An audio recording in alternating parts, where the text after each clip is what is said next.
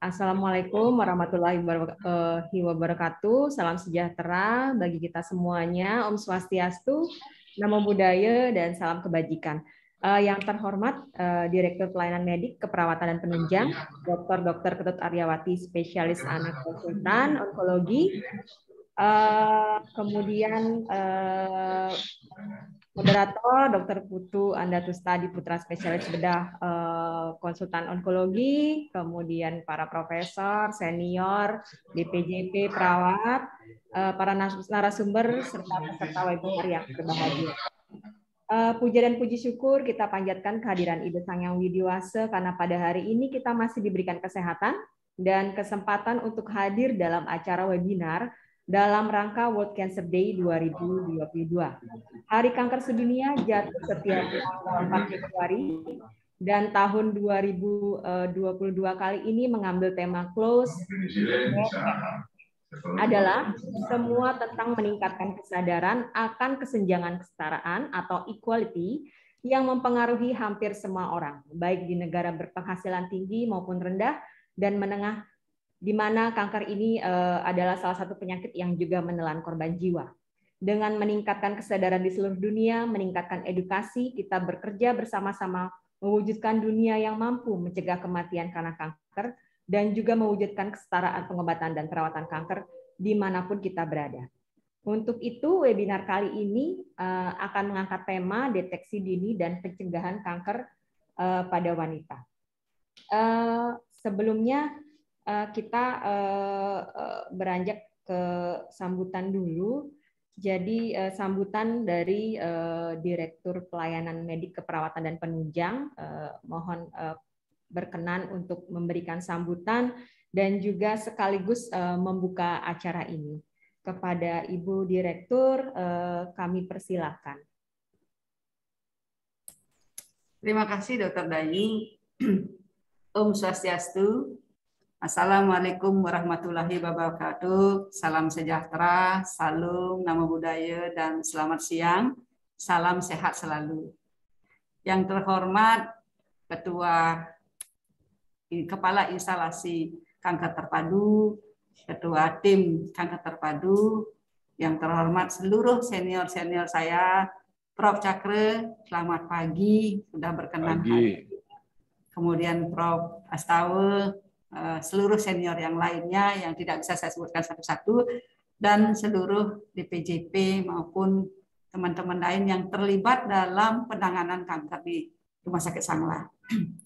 Yang pertama-tama saya ucapkan terima kasih kepada tim panitia ulang tahun kanker ini yang mengambil judul Close the Care Gap. Saya mencoba mencari menutup kesenjangan perawatan. Menutup kesenjangan perawatan. Mungkin kalau kita benar-benar perhatikan, ini mempunyai makna yang dalam. Makna yang dalam artian kita sebagai insan yang di rumah sakit merawat pasien kanker, termasuk saya, di luar saya sebagai Direktur Medik Keperawatan dan Penunjang, saya juga seorang onkologi anak. Kita semua sadari, mau tidak mau, bahwa memang terjadi kesenjangan dalam pelayanan, kesenjangan dalam perawatan pasien kanker yang masih perlu kita benahi. Yang pertama mungkin dalam deteksi dini. Hari ini sudah dibahas. Deteksi dini sayangnya kita dari Kementerian Kesehatan belum mendapatkan biaya untuk deteksi dini itu. Seharusnya kita biaya deteksi dini harus dibiayai. Namun demikian, ini untuk kanker serviks, saya membaca bahwa rencana selanjutnya dari Menteri Kesehatan kita adalah melakukan imunisasi vaksinasi CA serviks secara massal. Ini sudah dicetuskan oleh Pak Menteri sendiri, mungkin masih sedang digarap bagaimana caranya. Itu salah satu juga untuk mencegah terjadi kanker. Namun demikian, kita sebagai dokter yang tak kalah pentingnya adalah deteksi dini. Setelah deteksi dini, saya Direktur Medik menginginkan atau mengharapkan tidak terjadi kesenjangan ketika memang sudah terdiagnosis sampai dia terlaksananya perawatan. Salah satunya misalnya operasi. Tidak tertundanya pasien-pasien itu dioperasi. Itu juga salah satu menjadi kesenjangan yang masih ada. Itu satu. Kedua, juga setelah selesai operasi, bagaimana kita mengusahakan kita bersama-sama, bukan dari DPJP saja, tim, tetapi kami di manajemen juga sama-sama. Bagaimana mengupayakan secepatnya pasien itu mendapatkan, apakah kita harus kemoterapi, apakah radioterapi, itu bersama-sama kita mengusahakan mereka secepatnya, sehingga tidak menjadi perawatan terjadi kesenjangan dan terjadi perburukan atau morbiditas maupun mortalitas yang meningkat. Radioterapi sebagai salah satu modalitas dari pelayanan kanker, saya berterima kasih banyak kepada Dr. Sudarse ya, yang sudah memimpin sebagai kepala instalasi kanker dan bahwa kemarin dikatakan itu sudah sekitar 3 sampai 6 bulan antreannya. Jadi sudah cukup jauh sekali. Dulu saya masih ingat itu 2 tahun ya antreannya, kecepatan pasien entah kemana ya, entah ke dunia lain sudah pasien itu, tapi sekarang sudah antara 3-6 bulan. Dan kami memohon kepada Dr. Sudarse dan tim untuk meningkatkan pelayanan radioterapi. Kalau sebelumnya 60-70 per hari, bila membutuhkan 150 per hari. Nah, kalau 150 per hari, mungkin saja pasien-pasien kita seminggu ngantrenya. Nah, dengan demikian kita ikut juga sudah berperan dalam care gap. Demikian juga dengan antrean kemoterapi. Saya sudah minta ke Dr. Sudarse, bagaimana caranya? Kami di manajemen akan berusaha semaksimal mungkin menyiapkan sarana dan prasarana.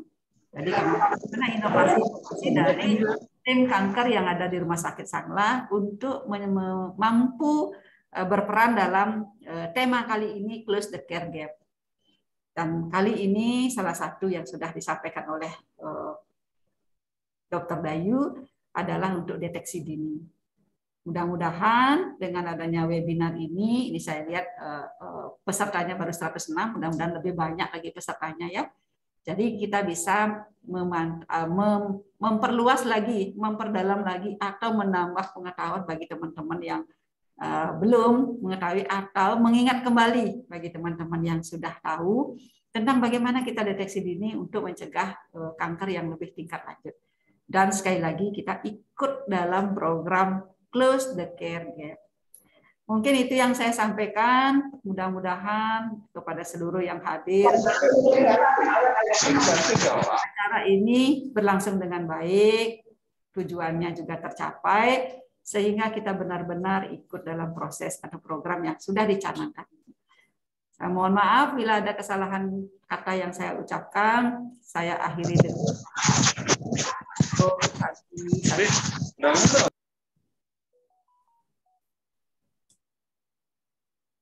Terima kasih kami ucapkan kepada Ibu Direktur Pelayanan Medik Keperawatan dan Penunjang yang telah membuka acara ini. Sebelumnya kami bacakan tata tertib dulu selama seminar. Jadi partisipan diharapkan untuk mematikan audio selama acara berlangsung. Bila ingin bertanya dapat dilayangkan melalui kolom chat atau raise hand. Nah, ada 2 narasumber pada hari ini, yaitu Dr. Kade Yudi Saspriana, MBiomed, spesialis obgyn, konsultan onkologi yang akan membawakan tentang pencegahan kanker serviks uteri. Kemudian yang kedua adalah Dr. Iputo Adi Gunawan, MBiomed, spesialis bedah konsultan onkologi yang akan membawakan materi deteksi dini dan pencegahan kanker payudara. Baik, untuk mempersingkat waktu, kami undang moderator pada hari ini, Dr. Waktu dan radiasi pidana. Silakan, Dokter. Terima kasih pada host kita, Dr. Ida Ayu Yasmin Nati, ya, spesialis baru konsultan. Kita bisa mulai webinar ini, walaupun webinar dalam rangka World Cancer Day ini, dengan tema Close the Care Gap, ya, akan membahas tentang deteksi dini dan pencegahan kanker pada wanita. Kesempatan pertama akan dibawakan oleh dokter, ya saya sebutkan di sini, saya bacakan dulu. Dr. KD Saspriana, Magister Biomed, spesialis obstetrik ginekologi konsultan. Saya bacakan sedikit tentang CV beliau. Beliau merupakan lulusan FK Unut tahun 2008. Jadi dokter umumnya di FK Unut tahun 2008, spesialis 1, spesialis obstetrik ginekologi FK Unut tahun 2015, dan menyelesaikan pendidikan konsultan ginekologi onkologi di FKUI tahun 2020. Untuk pembicara kedua, nanti saja kita setelah pembicara pertama. Sekarang kita berikan kesempatan kepada Dr. Yudi untuk membawakan makalahnya, materinya. Ini deteksi dini, jadi untuk kalangan medis dan awam. Setelah pemaparan, kita lanjutkan dengan pemaparan oleh dokter ya pembicara kedua. Setelah itu baru kita adakan tanya jawab. Silakan Dokter KD Yudi, waktu 20-30 menit lah. Terima kasih Dokter Moderator, Dr. Anda Costa. Selamat pagi pada profesor, guru-guru, senior, dan sejawat semua, serta seluruh peserta webinar. Terima kasih atas kesempatannya. Jadi saya mohon izin untuk share screen.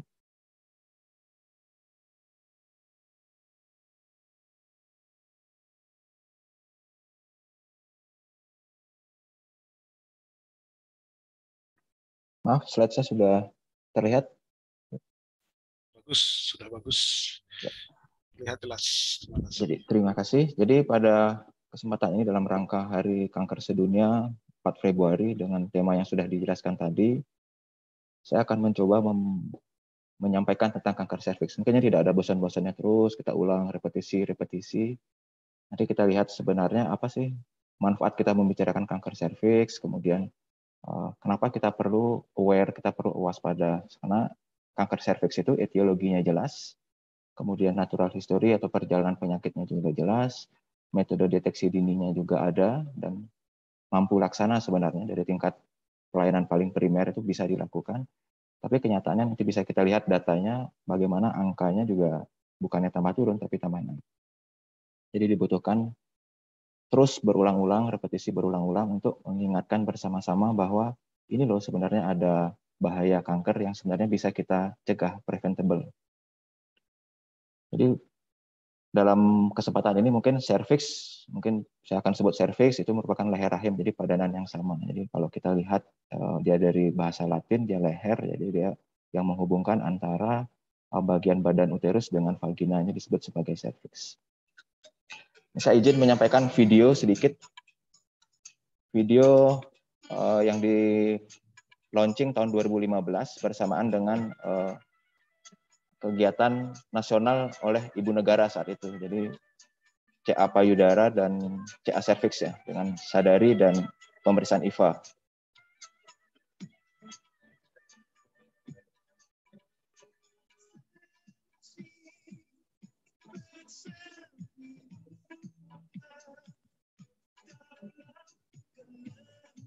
Jadi strategi pencegahan kanker serviksnya juga telah diakomodir oleh pemerintah, termasuk di tahun 2022 ini kebetulan kami terlibat bersama HOGI untuk mempropos combine co-testing antara IVA dengan HPV DNA yang sedang diajukan ke Kemenkes untuk bisa nanti menjadi suatu standar nasional jadi untuk program deteksi dini dari kanker serviks. Adapun outline saya yaitu berkaitan dengan beban yang ditimbulkan oleh kanker serviks. Kenapa kita perlu membicarakan kanker serviks secara anatomi, letaknya di mana, apa penyebabnya, siapa yang berisiko, dan bagaimana deteksi dini. Termasuk nanti dalam strategi pencegahan primer dengan proteksi spesifik kita bisa memberikan vaksin HPV. Nanti akan kita ulas lebih jauh. Jadi kalau kita lihat beban dari kanker serviks di dunia, ini saya ambil dari Globocan 2020 yang di launching Mei 2021. Jadi masih banyak, yang terbanyak memang tetap kanker payudara ya. Jadi kalau kita lihat negara kita juga ini dengan angka insidennya 159 per 100.000. Dengan serviks uteri sebesar 23 ya, khusus untuk wanita ya. Jadi mungkin sebarannya masih banyak di negara Afrika Tengah. Lebih jauh kalau kita lihat lebih detail dari kasusnya, jadi memang yang terbanyak insidennya adalah breast cancer, dilakukan oleh kolorektal, paru, dan cervix uteri. Cervix uteri ini dengan 6,5%, dengan 9,2 juta kasus baru yang didapatkan. Dengan angka kematiannya juga hampir sama, jadi menuju urutan keempat. Jadi dari sini kita bisa melihat kanker serviks ini nggak main-main, jadi dia baik dari insidennya, mortalitasnya, dan dampak yang akan ditimbulkan. Itu betul-betul sangat memprihatinkan. Namun di sisi lain ya itu tadi, etiologinya ada jelas, natural historinya juga jelas, dan strategi deteksi dininya juga ada.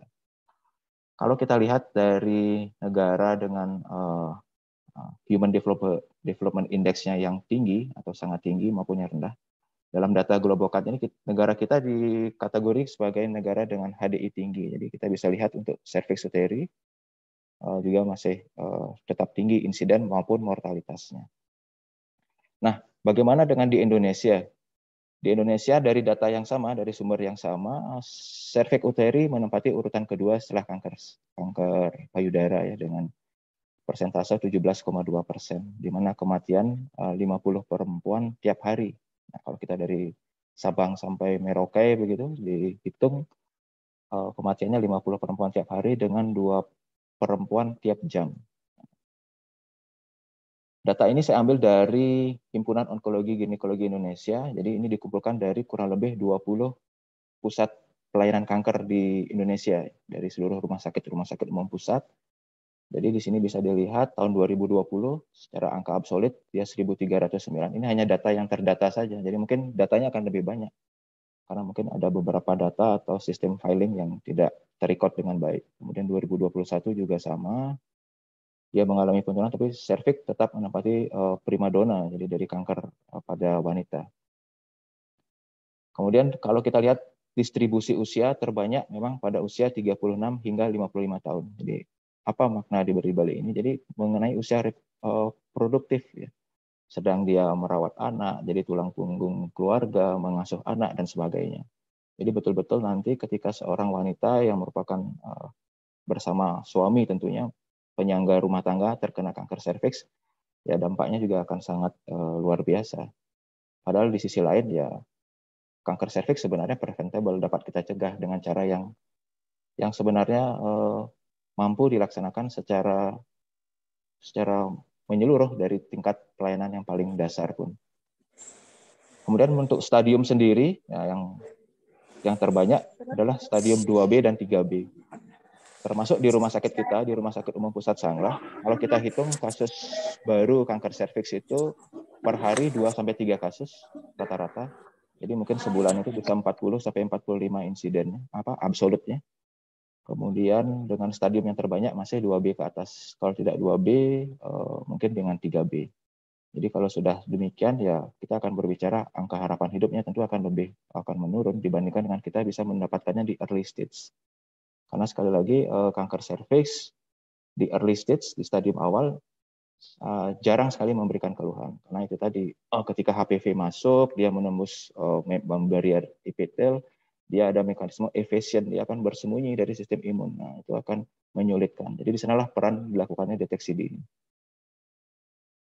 Selanjutnya mengenai letak, nah ini yang merupakan kesulitan. Jadi kadang kalau kita lihat, jadi kalau kita melihat secara menyeluruh di Indonesia, tidak hanya di kota-kota besar, di daerah yang jauh dari perkotaan, memeriksakan serviks itu masih merupakan hal yang tabu karena itu tadi letaknya tersembunyi, kemudian sering tantangannya lah rasa malu, tidak nyaman, dan menganggap oh saya enggak apa-apa nih, saya biasa-biasa aja, baik-baik aja nih, saya nggak usah periksa. Nah itu yang perlu awareness yang terus harus kita galakkan di masyarakat. Serviks sendiri kalau kita melihat dia merupakan bentuknya ya silindris ya, panjangnya sekitar 2-3 cm, dia menghubungkan badan rahim dengan vagina dengan ada lapisan epitel. Nah, lapisan epitel ini ketika sudah masuk masa reproduksi, ya, sudah mulai menars, dia akan dipengaruhi oleh hormon estrogen maupun progesteron. Jadi itulah sebabnya kenapa pada salah satu faktor risiko dari, sekali lagi faktor risiko ya, bukan penyebab dari kanker serviks adalah kontak seksual di usia muda karena berkaitan dengan maturitas epitel yang belum baik, sehingga nanti di sana akan ada daerah-daerah titik-titik yang locus minoris yang akan mudah ditembus oleh, jadi ada mikroabrasi yang akan mampu dengan mudah disusupi oleh HPV.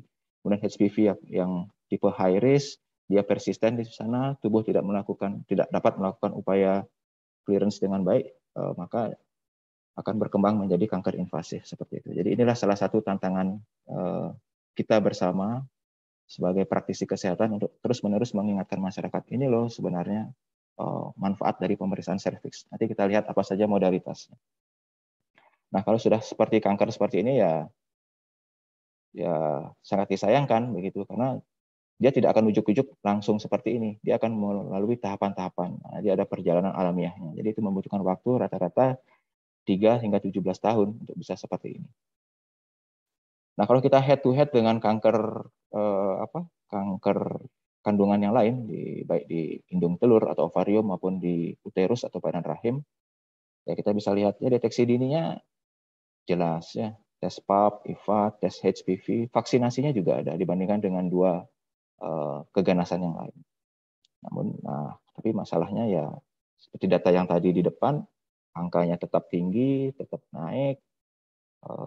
Padahal di sisi lain ya kita sama-sama tahu bahwa ini sebenarnya bisa kita cegah, bisa preventable. Nah, kenapa menjadi perhatian ya ini? Data yang ada serviks ya hampir 60-70% ya dibandingkan dengan keganasan di organ yang lain. Jadi itulah menjadi fokus kita bersama karena sekali lagi dibandingkan dengan ovarium, uterus maupun penyakit trofoblast yang kalau kita melihat proses terjadinya penyakit itu sangat hallmark gitu ya, kalau bicara hallmark cancer itu sangat multi step ya. Sedangkan kalau serviks HPV masuk, kemudian ada sistem imun di sana, kemudian kalau dia persisten ada di lapisan epitel, dia akan bisa berkembang. Jadi kita punya waktu yang cukup sebenarnya untuk meng-cut ya, jangan sampai berkembang menjadi penyakit yang invasif. Nah, di sanalah tantangannya. Jadi momen-momen seperti World Cancer Day maupun momen-momen yang lainnya kita akan terus mengingatkan masyarakat bahwa pentingnya untuk melakukan deteksi dini dan modalitas pencegahan yang lain, tentunya dengan vaksinasi. Nah, kalau kita lihat tampilan serviks itu licin ya, ada mungkin beberapa menunjukkan seperti hidung gitu ya, kulit hidung gitu ya. Ya lapisannya lapisan epitel namanya, epitel itu sedang melapisi permukaannya, ada daerah yang disebut sebagai epitel yang luar atau ectocervix, dia epitelnya adalah squamous, kemudian yang dalam ini yang dia ada seperti jurang-jurang begitu disebut sebagai epitel kolumnar atau endocervix. Nah, daerah krusialnya adalah daerah peralihan atau kita sebut sebagai metaplasia. Jadi seiring dengan status hormonal seorang wanita, epitel squamous ini akan menutupi daerah epitel kolumner sehingga nanti akan terbentuk daerah sambungan yang baru. Nah, di sanalah titik krusial, jadi peralihan itu di zona transformasi itu. Nah, kalau sudah menjadi kanker seperti ini ya sebenarnya kita melewatkan banyak episode yang bisa kita kerjakan untuk deteksi dini. Nah, inilah salah satu gambar yang saya ambil dari spesimen operasi. Jadi kalau sudah menjadi seperti ini stadium 1B, 1B2 dengan diameter kurang dari 2 cm ya pasti akan berdampak pada survival atau angka harapan hidup yang akan lebih menurun dibandingkan kita menjumpainya di stadium 1A atau mungkin pada tahap lesi prakanker, baik itu yang bisa low grade maupun high grade. Jadi seringkali pasien ketika sudah datang dalam kondisi begini ya pasti biar operasi cepat. Padahal sebenarnya modalitas kan tidak hanya operasi, dan juga kalau operasi melihat proses invasi atau metastasis dari massa serviks ini dia sifatnya lokal. Jadi betul-betul nanti kalau operasi itu harus kita dapatkan batas tumor yang lebar seperti itu. sehingga nanti akan meminimalkan untuk terjadinya kekambuhan, termasuk juga meminimalkan terapi tambahan setelah operasi. Harapannya ya cukup operasi saja tanpa ditambahi dengan radiasi. Maka disebut sebagai tindakan radikal. Nah, dampak kanker serviks pada wanita, ya data yang tadi berbicara, data memang sudah kita punya, ya usia 30-50 tahun. Jadi betul-betul puncak seorang wanita meniti karirnya, kemudian anak-anak sudah mulai bertumbuh, dan sebagainya. Bayangkan, saya terakhir ada pasien kanker serviks dengan stadium 2B, ya, usia 20 tahun. Nah, itu sangat bersama-sama cenderungnya 5-10 tahun terakhir ini, kalau kita lihat, semakin jauh bergeser ke usia yang lebih muda, di bawah 30 tahun. Jadi itu akan berdampak dengan virulensi virusnya sendiri, kemudian faktor-faktor risiko yang memudahkan masuknya penetrasi virus itu juga semakin meningkat gitu ya. Dimana dampak kanker serviks ini secara kualitas hidup berdampak pada fisik, ya tentu saja kalau sudah kena kanker, menjalani terapi-terapi akan berdampak fisiknya secara langsung, ya. Menjalani pembedahan, menjalani radiasi yang dikombinasi dengan kemoterapi. Belum lagi psikis, ya ketakutan akan kematian, kemudian ketakutan akan segalanya, kehilangan suami, kemudian kehilangan anak, dan seterusnya. Atau suaminya menikah lagi, dan seterusnya. Termasuk kesehatan seksualnya, pasti dia akan berpikir bagaimana dengan kehidupan seksual saya, apakah dengan suami saya, dan seterusnya. Itu akan menghantuinya dia. Jadi tidak sedikit pasien-pasien kanker serviks itu yaitu justru dia mengalami deteriorisasi karena masalah di psikisnya dia, pikirannya cenderung depresi. Dan belum lagi dampak sosial dan ekonomi. Kalau misalkan si istri salah satu juga untuk sumber nafkah dari keluarga, ya tulang punggung keluarga, ya pasti akan turun, jeblok. Dan akhirnya ujung-ujungnya ya pada perawatan pendidikan anak, ya anak-anak terlantar, kemudian tidak ada yang mengurus, nah, akan berdampak nanti ke sektor-sektor lain atau ke aspek-aspek kehidupan yang lainnya. Angka kriminalitas juga meningkat dan seterusnya. Jadi betul-betul sangat masif dampak dari kanker serviks. Ya, jadi kalau kita tidak menyadari dengan baik, atau kita bersama-sama terus menggaungkan pentingnya melakukan deteksi dini dan pencegahan ini, ya mungkin 10-20 tahun lagi akan banyak anak-anak yang tidak terurus, jadi itu akan sangat berdampak kurang baik terhadap kondisi lingkungan sosial kita bersama. Nah, tantangan klinisi dan praktisi adalah sembuh mendekati 100%. Kemudian dapat dicegah atau preventable. Jadi sebenarnya intinya bagaimana kita mendapatkan penderita pada lesi prakanker serviks, ya, baik dia tipe yang derajat rendah maupun derajat tinggi, karena cure rate-nya akan lebih baik, ya, hampir mendekati 100%. Atau pada stadium dini, katakanlah stadium 1A begitu.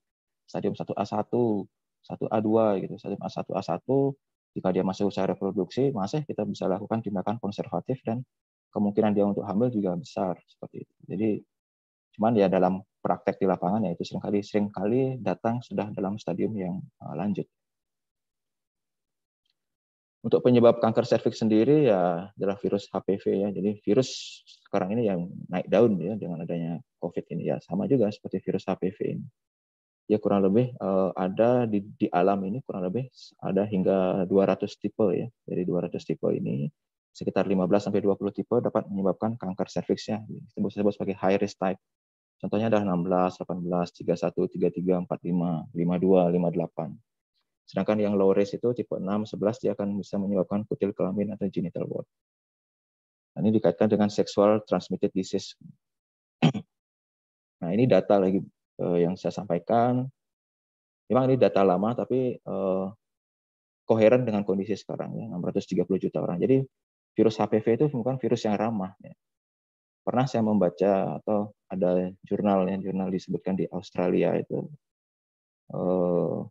gagang kamar mandi, kemudian ini kloset, kemudian probe USG, ya, probe USG transvaginal itu ditemukan ada HPV yang positif di sana. Jadi betul-betul bagaimana kita dalam penyelenggaraan pelayanan klinik kepada pasien-pasien terutama khususnya wanita itu betul-betul memperhatikan sterilitas, ya. Jadi mencegah kontak yang tidak diharapkan karena dapat mentransmisikan HPV ini.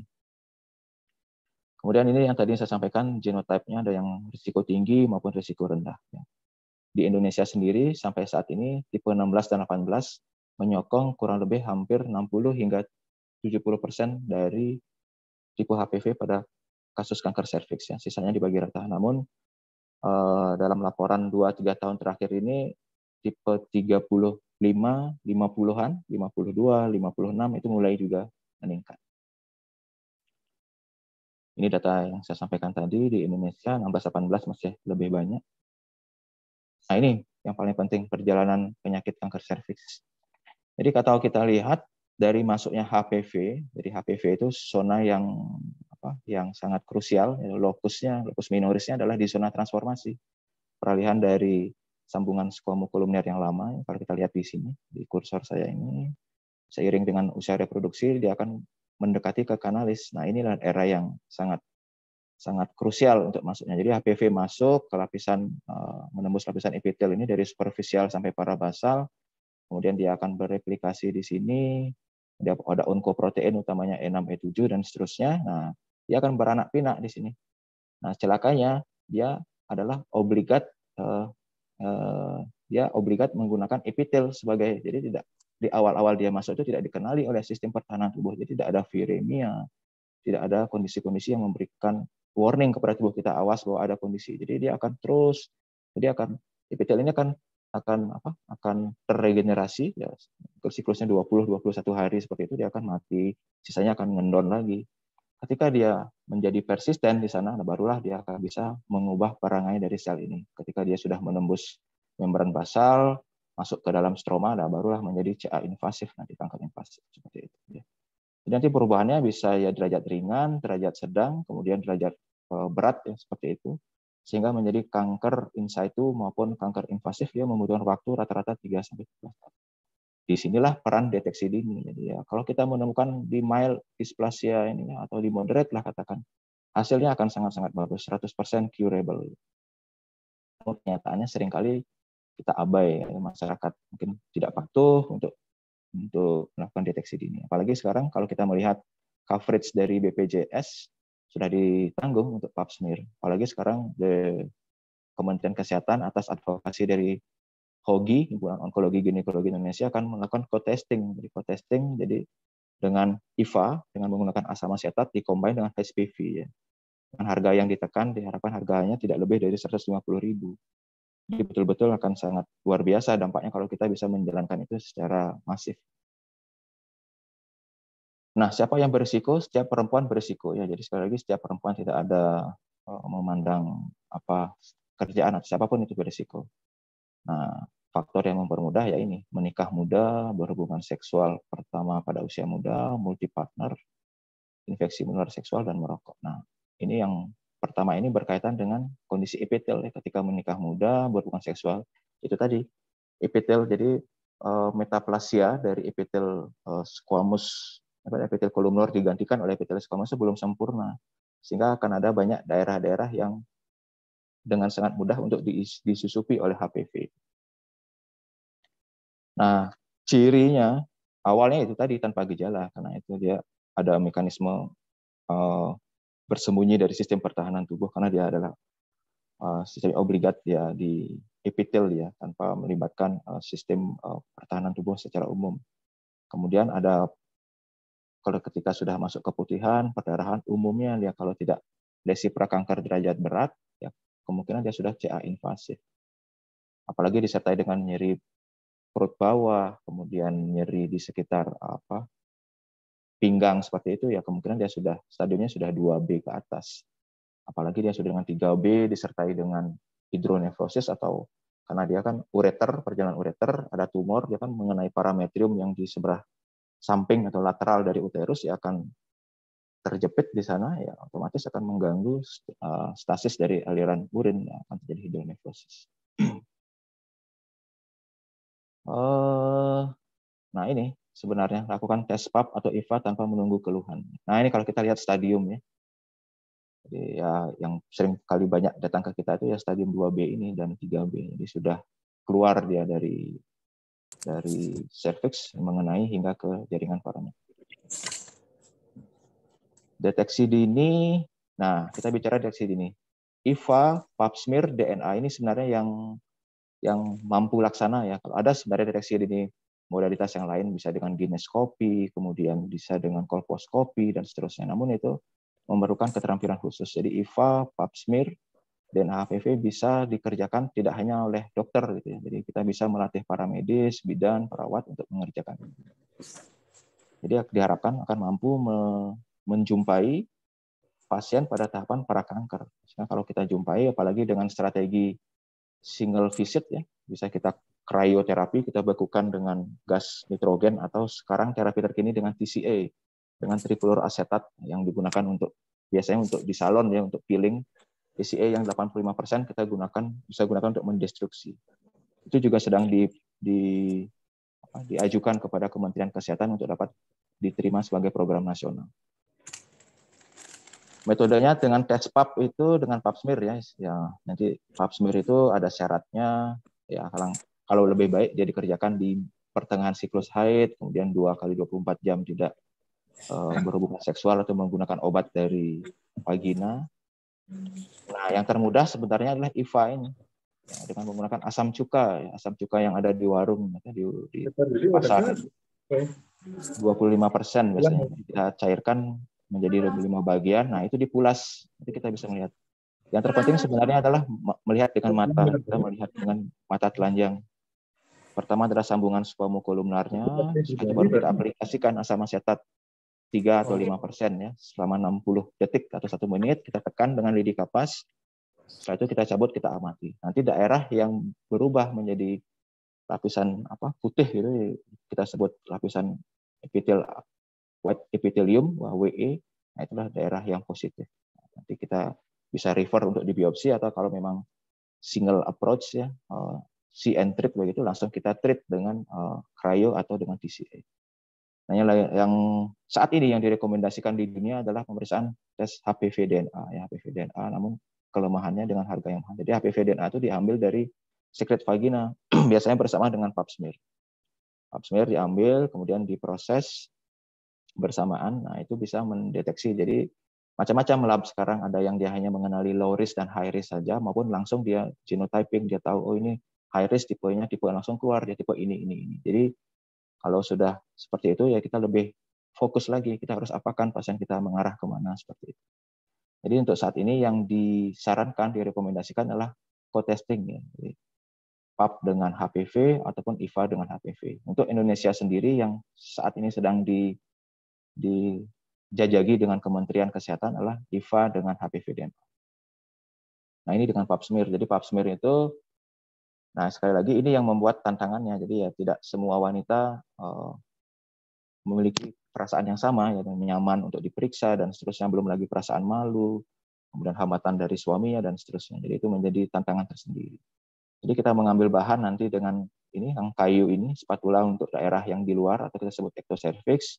Selanjutnya kita mengambil dengan sitobras, dengan sikat ini untuk di daerah sekitar kanalis, termasuk nanti daerah epitel kolumner di endocervix seperti itu. Dan dipulas, kemudian dimasukkan ke dalam alkohol 96%. Setelah itu selama 30 menit baru dikeringkan, baru dikirim ke patolog untuk dilakukan pemeriksaan di bawah mikroskop. Nah, ini sebenarnya yang mampu ini sebenarnya ini, kalau dari pengalaman kami atau pengalaman saya, IVA memiliki nilai sensitivitas ya, menduga dia sakit ataupun psikositas menduga dia tidak sakit itu hampir sama dengan pap smear, namun dibutuhkan jam terbang. Ya, kita melihat betul-betul cervix itu secara utuh, sambungannya tampak dan sebagainya. Jadi IVA semuanya kekurangannya tidak ada print report. Namun sekarang sudah ada namanya DUVIA ya, documented VIA ya, visual infeksi asam asetat. Jadi dengan difoto, di print langsung, itu juga menjadi dokumentasi tersendiri. Nah, manfaat screening itu adalah menemukan tahap penyakit sebelum parah. Karena ini saya ambil dari National Cancer Institute tahun 2005, risiko terkena kanker serviks itu 5 kali lebih tinggi pada perempuan yang tidak screening. Jadi, dengan dia screening sekali saja seumur hidupnya, dia akan mampu mengurangi risiko untuk menjadi kanker, lesi prakanker atau kanker invasif itu. Dalam laporan ini disebutkan hingga 15 hingga 20%. Namun keterbatasannya tidak dapat mencegah. Kemudian angka negatif palsu, jadi yang didapatkan negatif sesungguhnya positif itu tinggi ya, tergantung lagi sekarang ke keterampilan operator yang melakukan screening dan seterusnya. Dan belum lagi pemrosesan spesimen itu akan berpengaruh. Dan juga biasanya menunggu pap smear ya banyak wanita, banyak pasien-pasien kita yang cemas, khawatir bagaimana hasilnya. Sehingga dengan ini kita tambahkan strategi yang lain dengan pada pencegahan primer itu dengan proteksi spesifik, yaitu dengan memberikan vaksinasi HPV. Vaksinasi kita kenal ada 3 ya yang berkembang di dunia, ada bivalen, quadrivalen, dan nanovalen. Yang di Indonesia bivalen dan quadrivalen.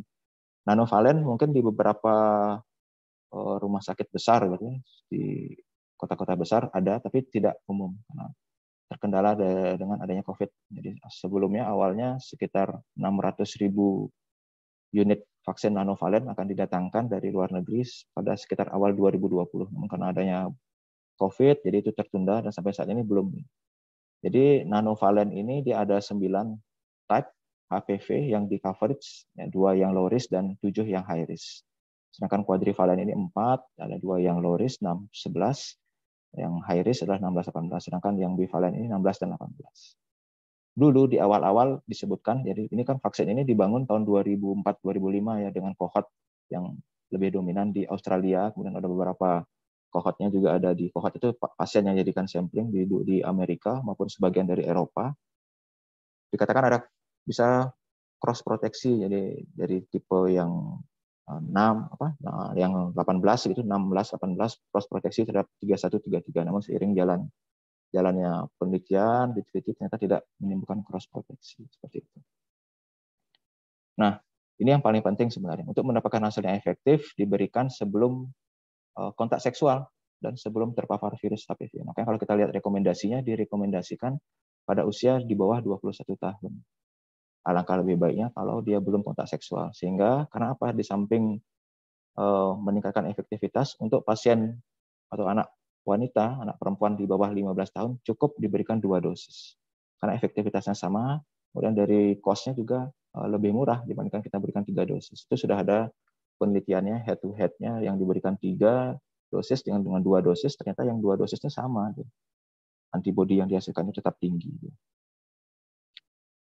Dan rekomendasi yang kalau kita lihat ini rekomendasi dari HOGI dari usia 10 sampai 55 tahun dan diberikan 3 kali ya. Kecuali di bawah 15 tahun dia dapat diberikan 2 kali ya. Dengan jarak interval 6 bulan, bulan ke-0 dan bulan ke-6 maksimal 12 bulan atau 1 tahun. Nah, untuk pencegahan primer dengan ini seperti ini ya, media-media seperti ini apalagi zaman sekarang ya. Jadi betul-betul media sosial itu ya, sosmed itu sangat berpengaruh ya. Macam-macam bentuknya dari Facebook segala macam ya, kemudian Instagram, TikTok, nah itu kita bisa masuk dari sana. Nah, yang kedua bisa vaksinasi. Nah, pencegahan sekunder ini ya dengan screening tadi, pap smear, IVA. Nah, kemudian yang pencegahan lini ketiga ya itu rehabilitasi seperti yang disampaikan oleh Ibu Direktur tadi ya, bagaimana kita memproporsikan pasien-pasien kanker serviks yang datang itu penanganannya yang sesuai, yang tepat. Jadi tidak asal kita lakukan tindakan tanpa berpikir bagaimana manfaat dari terapi yang kita kerjakan. Jadi adapun take home message saya untuk pada pagi hari ini, ya bebannya bisa kita lihat ya, tidak main-main ya sebenarnya dampaknya. Ya mungkin gaungnya ya kalah dari kondisi-kondisi yang lain, tapi kalau kita melihat kestabilannya ya stabil terus meningkat sebenarnya, stabil terus banyak ya tanpa pernah mengalami penurunan. Padahal di sisi lain metode-metode deteksi dini tersedia. Letak serviksnya ya kita bisa lihat ya maaf ya rasa malu, tidak nyaman diperiksa itu juga menjadi tantangan kita. Kemudian penyebabnya sudah jelas HPV ya HPV ini kalau kita baca jurnal tidak 100% memang tidak ya tapi sekitar 98 hingga 99%. Siapa yang berisiko ya semua perempuan ya, tidak tanpa memandang. Nah, itu sekali lagi HPV virus ramah. Bagaimana deteksi dini ya yang termudah ya tentunya dengan IVA ya dengan asam asetat, pap smear atau DNA HPV. Ini yang mampu laksana artinya bisa kita kerjakan secara menyeluruh, secara massal begitu. Dibandingkan dengan metode-metode yang lain yang lebih spesifik harus di rumah sakit, harus tenaga yang kompeten. Nah, terakhir ya vaksin HPV. Jadi ya supaya jangan seperti ini ya kita lakukan deteksi dini. Jadi, kita bersama-sama terus, tidak henti-hentinya. Nanti ada kesempatan lain kita bicara lagi, sampaikan lagi kepada masyarakat. Nanti kita bisa viralkan seperti itu. Ya, demikian presentasi saya. Terima kasih. Selamat pagi. Baiklah, terima kasih kepada Dr. Kade Yudi yang memberikan pemaparan yang lengkap mulai dari epidemiologi, kemudian bagaimana tanda dan gejala, bagaimana screening, deteksi dini dan sebagainya dengan sangat jelas. Nanti sesi tanya jawab setelah yang kedua. Jadi pada sesi selanjutnya saya undang bicara kedua, yaitu Dr. Ibu Tu Ari Gunawan, Magister Biomed, spesialis bedah, konsultan onkologi. Beliau adalah staf di Departemen Bedah Rumah Sakit Sanglah, ya, di mana beliau menyelesaikan pendidikan dokter tahun 2008, menyelesaikan pendidikan spesialis bedah pada tahun 2016, dan menyelesaikan pendidikan konsultan bedah onkologi pada tahun 2020. Nah, beliau akan membawakan tentang deteksi dini pada kanker payudara. Silakan kepada Dr. Ari Gunawan untuk membawakan materinya. Waktu sekitar 30 menit. Terima kasih. Terima kasih Dr. Antasita. Swastiastu pada Ibu Direktur, pada para profesor sekalian, serta senior-senior sekalian di Sanglah. Saya izin, apakah suara saya terdengar? Baik. Oke. Hari ini saya akan menyampaikan mengenai deteksi dini pada kanker payudara. Saya izin untuk share slide.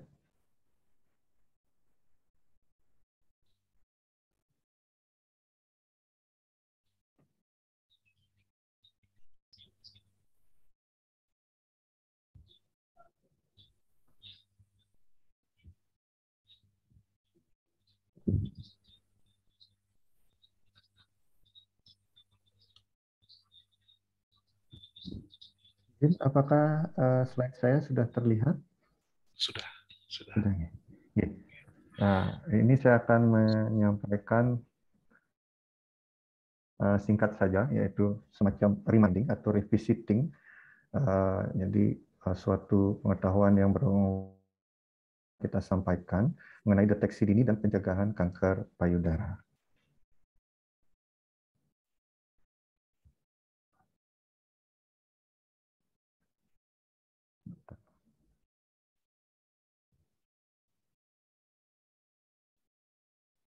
Oke, saya mulai dari latar belakang. Kenapa sih kanker payudara itu sangat penting?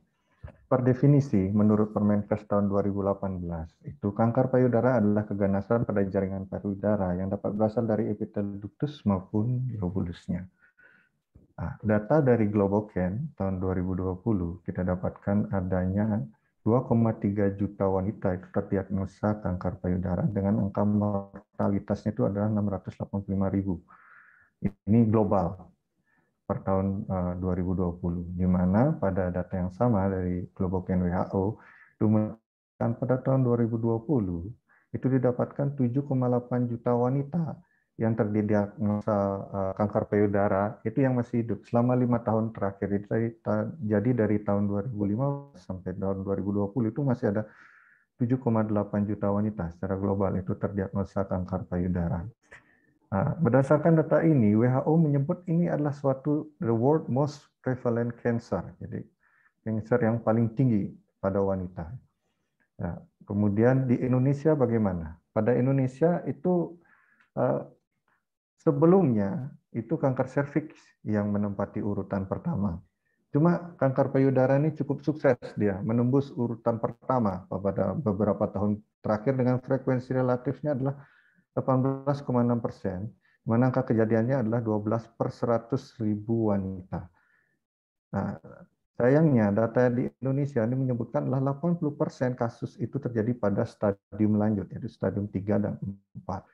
Di mana kalau pada data yang di Sanglah itu pada 2-3 tahun akhir itu kita mendapatkan peningkatan kasus pada umur di bawah 40 tahun. Jadi kasus-kasusnya mulai bergeser pada usia-usia lebih muda.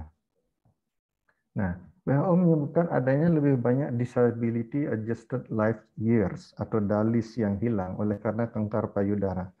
DALYS ini merupakan suatu sistem scoring universal di mana kita menilai penyakit-penyakit kronik, dampak burden of disease yang diakibatkan oleh penyakit kronis. Jadi per tahunnya ini adalah suatu sistem scoring general yang menggabungkan angka mortalitas dan angka morbiditas dari suatu penyakit. Jadi tidak menilai penyakitnya apa, tetapi digeneralisir scoringnya dengan scoring DALYS. Di antara kanker-kanker yang lain, kanker payudara ini angka DALYS-nya paling tinggi. Jadi mortalitasnya lebih mudah terjadi pada umur yang lebih muda dibandingkan kanker yang lain dan bisa menyebabkan morbiditas yang cukup lama sehingga burden of disease-nya cukup signifikan. Nah, beberapa usaha untuk penata laksanaan mengenai kanker payudara itu sudah sering dilakukan. Nah, awalnya dari tahun 1930 sampai 1970 di mana modalitas penata laksanaan kanker payudara itu lebih banyak itu dikembangkan pada segi operasinya. Jadi pada tahun ini lebih banyak berkembang teknik operasi dan teknik pengobatan sitotoksik maupun kemoterapi. Namun WHO menemukan bahwa sejak tahun 1980 survival itu meningkat pada negara-negara yang menerapkan program deteksi dini, jadi early detection. Menerapkan program early detection untuk menurunkan angka mortalitas dari kanker payudara ini. Nah, saya langsung saja kepada penyebabnya. Jadi kalau kanker serviks seperti yang disampaikan oleh Dr. Yudi tadi emang sudah jelas adalah infeksi, salah satunya adalah infeksi HPV. Namun pada kanker payudara itu kita lebih menekankan kepada faktor resiko. Jadi kita untuk screeningnya lebih menekankan pada siapa yang berisiko. Jadi populasi mana yang berisiko. Jadi ada beberapa faktor risiko yang perlu kita perhatikan. Yang pertama adalah jenis kelamin wanita, di mana 99% kanker payudara itu terjadi pada wanita. Hanya 0,5 sampai 1% itu kanker payudara terjadi pada pria. Juga umur. Nah, kanker payudara ini meningkat pada dekade kelima dan keenam. Artinya pada perempuan atau perempuan dengan umur 50 sampai 60 tahun sekitar umur itu, di mana 2/3 kasus kanker payudara yang invasif itu terjadi pada umur di atas 55 tahun. Riwayat keluarga juga masuk sebagai suatu risiko, di mana risiko akan meningkat 1,5 sampai 3 kali pada first degree relative. First degree relative ini artinya terjadi pada orang tua kandung atau pada saudara kandung. Kemudian mengenai genetik dari kanker payudara ini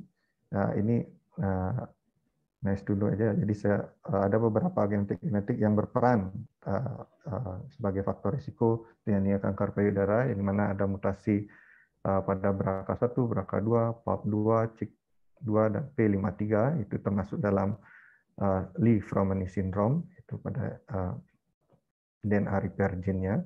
Kemudian PTEN pada Cowden disease, kemudian DNA ATM, CDH1, STK11 pada sindrom-sindrom Peutz-Jeghers dan Lynch syndrome. Kemudian terdapat juga penyakit-penyakit payudara proliferatif yang meningkatkan risiko nanti terjadinya kanker payudara, di antaranya adalah moderate fluid hyperplasia, papilloma, dan sclerosing adenosis itu dengan sebanyak 1,5 sampai 2 kali risiko terjadinya kanker payudara.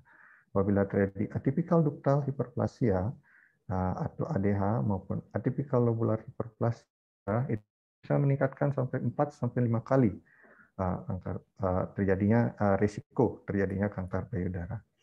Lobular carcinoma in situ atau LCIS itu bisa meningkatkan risiko sebanyak 8 sampai 10 kali. Namun penyakit payudara yang non-proliferatif, misal terjadi fibroadenoma mama, itu sering terjadi pada umur-umur muda ya, di bawah 20 tahun, di bawah 30 tahun, itu sama sekali tidak memiliki risiko terjadinya perubahan-perubahan malignan, dalam hal ini kanker payudara. Nah, risiko berikutnya adalah paparan radiasi, di mana pada wanita yang mengalami terapi, radioterapi di bawah umur 30 tahun itu berisiko.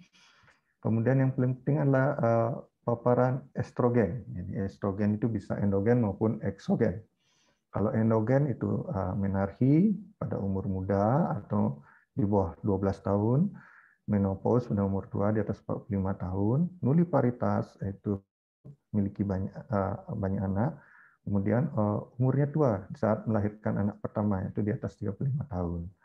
Kemudian paparan estrogen eksogen, di mana seorang wanita yang sudah menopause tapi memakai hormonal replacement therapy gitu. Kemudian obesitas juga, di mana obesitas ini kita golongkan pada BMI di atas 31, itu meningkatkan resiko terjadinya darah. Kemudian gaya hidup, di mana konsumsi alkohol dan kebiasaan merokok. Ini tidak harus sebagai seorang perokok aktif, sebagai seorang perokok pasif juga bisa meningkatkan risiko terjadinya kanker payudara. Nah, kita langsung saja pada gejala-gejala. Gejala-gejala apa saja yang perlu kita perhatikan untuk mencurigai kayak gimana sih kanker payudara itu. Nah, gejala pertama itu yang perlu diwaspadai itu adalah benjolan atau penebalan pada payudara. Namun tidak semua benjolan itu adalah kanker. 90% benjolan atau massa pada payudara itu sifatnya non-kanker.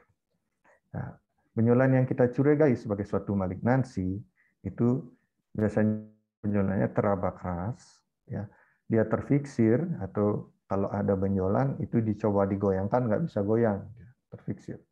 Kemudian permukaannya tidak rata dan umumnya benjolan itu tidak nyeri. Sebagai contoh pada gambar ini kita bisa lihat ini ada benjolan yang memang sudah mengenai seluruh payudara dan terfiksir. Berbeda bentuknya dengan payudara di sebelahnya.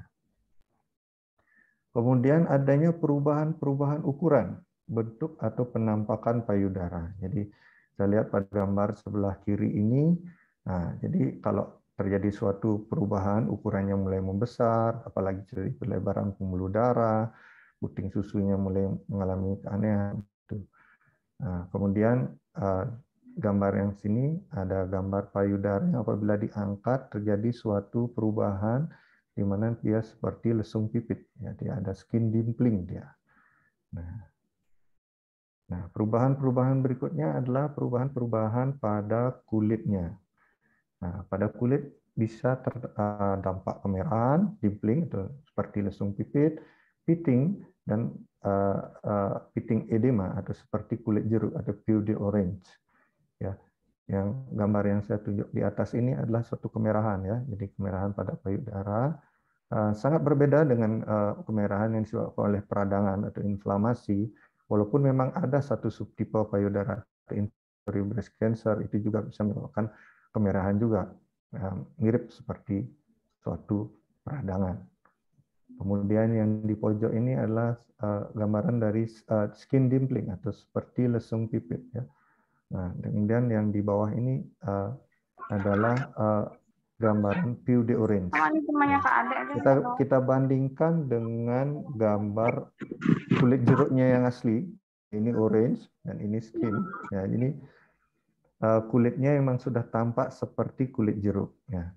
Gambaran lebih luas kita bisa lihat pada gambar ini, di mana terjadi kerusakan yang luas pada ligamentum Kuppersnya sehingga terjadi pude orange. Ya, seperti ini bentuknya, seperti kulit jeruk.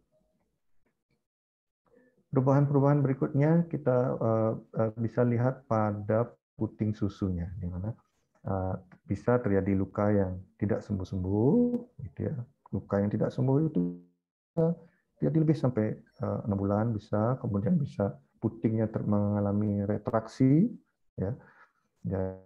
Jadi putingnya itu rata dengan areola atau kulit di sekitarnya, namun tidak bisa ditarik. Nah, itu berbeda dengan nipple inversion, di mana putingnya masuk ke dalam, namun masih bisa kita tarik ke luar sehingga bentuknya kembali normal. Gejala berikutnya adalah keluar cairan dari puting susu. Ya. Ini contoh bisa keluar cairan bening, bisa keluar cairannya bentuknya bernanah, atau bisa juga keluar darah. Ya, ini mohon maaf gambarnya agak kabur. Jadi satu ringkasan apa yang harus kita perhatikan pada payudara yang curigai adanya kanker payudara. Ada yang benjolan, ada yang retraksi dari nipple, ada yang skin dimpling, keluar cairan dari payudara, maupun perubahan warna pada kulit payudara, dan ada perubahan-perubahan kulit yang terjadi. Nah, ini adalah salah satu contoh terlambat di mana kita dapatkan di poli. Ini sudah stadium 3, di mana payudaranya sudah membesar sampai terbentuknya ulkus. Nah, penanganan kanker payudara ini bagaimana ya? Jadi ada beberapa strategi penanganan kanker payudara dari pemerintah menurut Permenkes tahun 2018, di mana upaya-upaya yang paling pertama adalah promotif dan preventif. Upaya-upaya preventif seperti apa? Seperti sekarang ini yang saya lakukan, yaitu pertama penyuluhan. Jadi kita akan terus melakukan penyuluhan, yaitu suatu pemaparan terhadap kondisi-kondisi dan memberikan pengetahuan-pengetahuan singkat tapi berulang-ulang dan continuous, sehingga ide-ide atau pengetahuan ini tersampaikan kepada seluruh lapisan masyarakat. Kemudian menurut Permenkes juga kita menerapkan perilaku cerdik. Cerdik ini sesuai dengan program pemerintah, yaitu GERMAS, Gerakan Masyarakat Hidup Sehat. Nah, cerdik ini adalah suatu singkatan. Kepanjangannya adalah C, itu cek kesehatan rutin, E itu enyahkan asap rokok, R itu rajin aktivitas fisik, D diet seimbang, I istirahat yang cukup, dan K kelola stres. Ini sejalan dengan program pemerintah itu dalam upaya promotif. Kemudian upaya preventif itu adalah perlindungan khusus massal. Jadi kita mendeteksi pada target populasi yang belum menimbulkan simptom. Ini adalah suatu gambar sebelah, ini adalah suatu breast cancer group, ini dari WHO. Ini strategi penata laksanaan dari WHO, di mana kalau kita preventif itu adalah pada tahap awal, yaitu kita melakukan screening. Target grupnya adalah pada populasi di mana payudaranya belum memperlihatkan gejala. Ya. Kemudian penemuan dini atau screening ini terdiri dari 3 tahap. Ya. Jadi strateginya dari pemerintah itu ada 3. Yang pertama, kita mengenali faktor risikonya yang sudah saya paparkan sebelumnya. Kemudian melakukan pemeriksaan payudara klinis, itu sadanis, itu dilakukan oleh praktisi medis. Nah, tidak akan saya sampaikan saat ini. Dan kemudian upaya screening yang berikutnya adalah yang sadari, yaitu pemeriksaan payudara sendiri.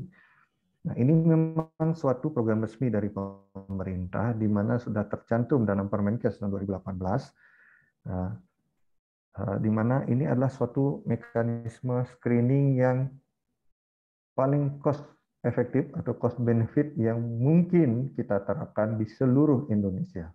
Berbeda dengan kalau screening payudara pada negara-negara lain, di mana mereka sampai punya bis yang isinya mamografi, bisa keliling nyari orang untuk di mamografi. Kita tidak mampu untuk melakukan hal seperti itu di Indonesia. Maka kita kembangkan suatu metode yang namanya sadari ini, di mana individu yang akan kita lakukan screening itulah yang memeriksa sendiri payudara, dan kita memberikan pengetahuan kepada wanita-wanita tersebut. Periksa payudara sendiri ini diharapkan dilakukan pada perempuan-perempuan di bawah usia, mulai pada usia 20 tahun, dilakukannya itu setiap bulan. Nah, terutama pada hari ke-7 sampai 10 hari setelah hari pertama haid terakhir. Tekniknya itu kita memakai jari, yaitu jari telunjuk, jari tengah maupun jari manis, bagian palmar atau bagian telapaknya.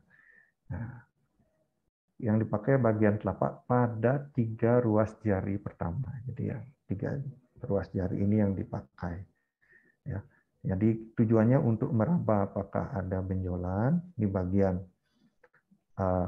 superficial atau bagian permukaan, kemudian bisa juga pada intermediate level atau bagian tengah, atau benjolan yang letaknya bagian dalam. Bagi wanita yang baru pertama kali melakukan sadari itu akan sulit. Namun semakin tinggi jam terbangnya, semakin sensitif tangannya. Jadi semakin sering dilakukan, maka tangannya akan semakin sensitif untuk meraba.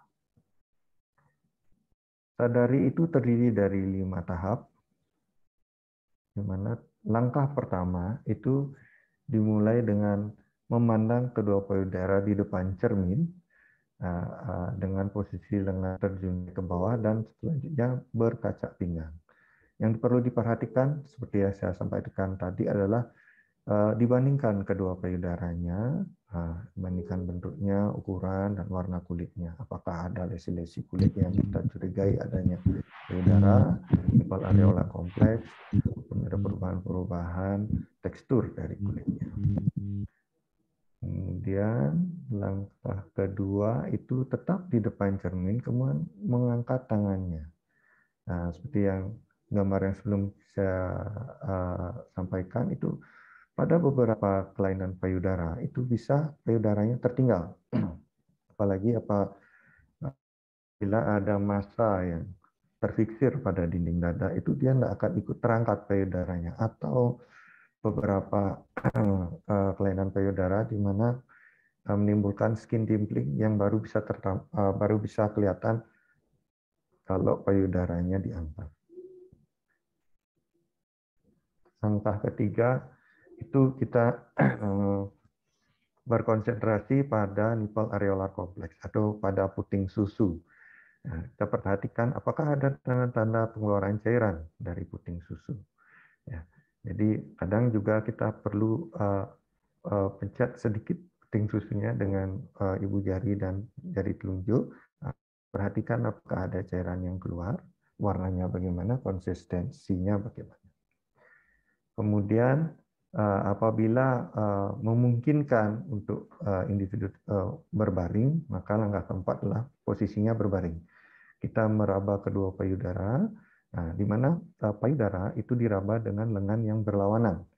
Jadi posisinya kalau kita ingin meraba payudara yang kanan, jadi tangan kanannya diangkat, jadi kemudian tangan kiri yang meraba payudara. Ya, tetap menggunakan jari telunjuk, jari tengah, dan jari manis pada bagian palmar atau bagian telapak tangannya. Tekniknya bisa berputar atau swirl, itu dari dalam kemudian keluar, atau bisa zigzag, itu straight up and down, ini yang kedua, atau bisa juga tekniknya pakai kompas, jadi bolak-balik dari tengah keluar, dari tengah keluar, seperti itu. Pada payudara yang kiri dilakukan dengan posisi yang lawanan. Langkah kelima, apabila tidak memungkinkan untuk dilakukan posisi tidur, itu misal masih di kamar mandi, nah dalam payudara diraba dalam keadaan basah, di mana menggunakan sabun sehingga diraba bisa dilakukan pada posisi berdiri. Ya. Nah, sekian dari saya pemaparan singkat mengenai deteksi diri dan pencegahan pada payudara. Apabila ada pertanyaan, saya persilahkan.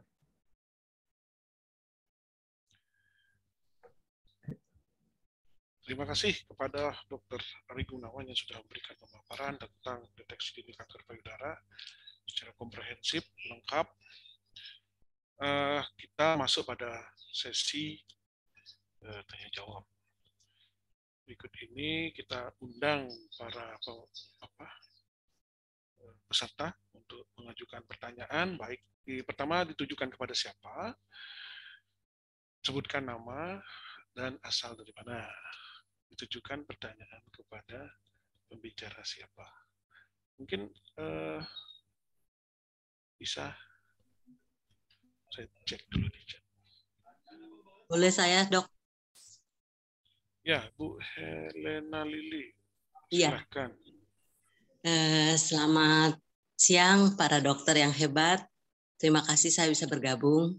Saya Helena Lili, saya penyintas kanker payudara. Jadi saya sudah hampir 5 tahun, saya bersyukur dirawat dan diberi kasih sayang, diberi pengobatan oleh Rumah Sakit Sanglah bersama dengan para dokter di bedah onkologi. Saya penyintas kanker payudara tahun kelima.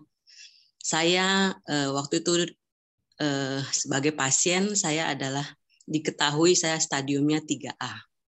Nah, dalam masa saya boleh hari ini saya bersyukur dan berterima kasih khususnya pada Dr. Wayan Sudarse yang dari awal sampai sekarang terus-menerus membantu saya, dan juga dokter-dokter yang lain yang luar biasa hebat.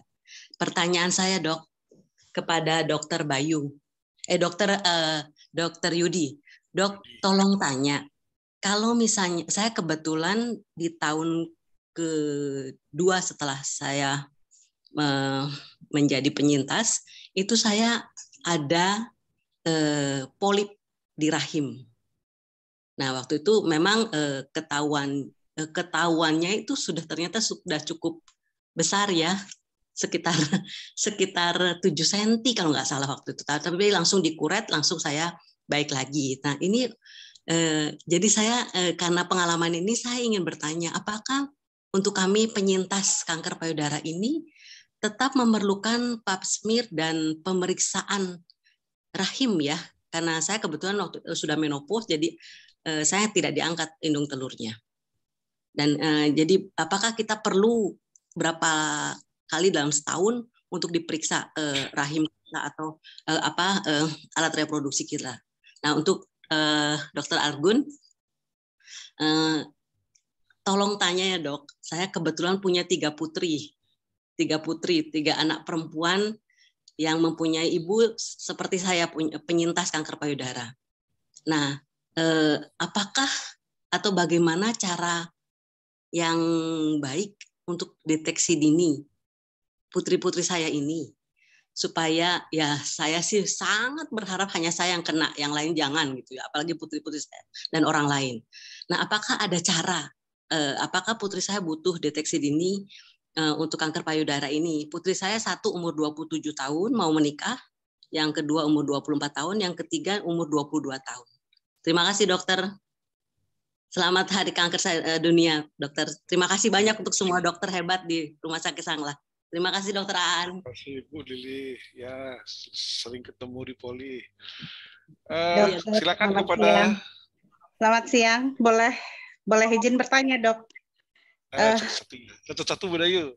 Oh, siap, Dok. Siap. Ya, nanti saya berikan kesempatan. Terima Pertama kasih, saya Dok. persilahkan kepada Dr. Yudi untuk jawab. Selanjutnya Dr. Argun. Terima kasih Dr. Anatusta. Jadi selamat siang Ibu Helena. Selamat Ibu. Jadi luar biasa sudah. Selamat siang Dr. Yudi. Terima kasih banyak. Dokter paparannya jelas banget. Terima kasih banyak. Melewati 5 tahun itu luar biasa itu kalau ya, mau tahun kelima, Dok. Ya, ujian pertamanya udah lewat, dah lulus Bu. Hebat. Selamat. Tahunnya. Jadi begini Ibu, jadi untuk screening kanker untuk di serviks maupun di organ ginekologi untuk payudara itu memang tetangga Bu ya. Jadi ada hereditary breast ovarian cancer ya, kanker ovarium dan breast itu ada. Jadi tergantung nanti, saya tidak tahu apakah Ibu ada data tentang gen BRCA1, 2, kemudian estrogen reseptornya seperti apa. Dan waktu dikuret dulu juga apakah di PA mungkin jinak ya, jadi tidak ada di PA jinak, Dok. Ya, jinak, karena jinak ya cukup dikerjakan hanya kuretase saja.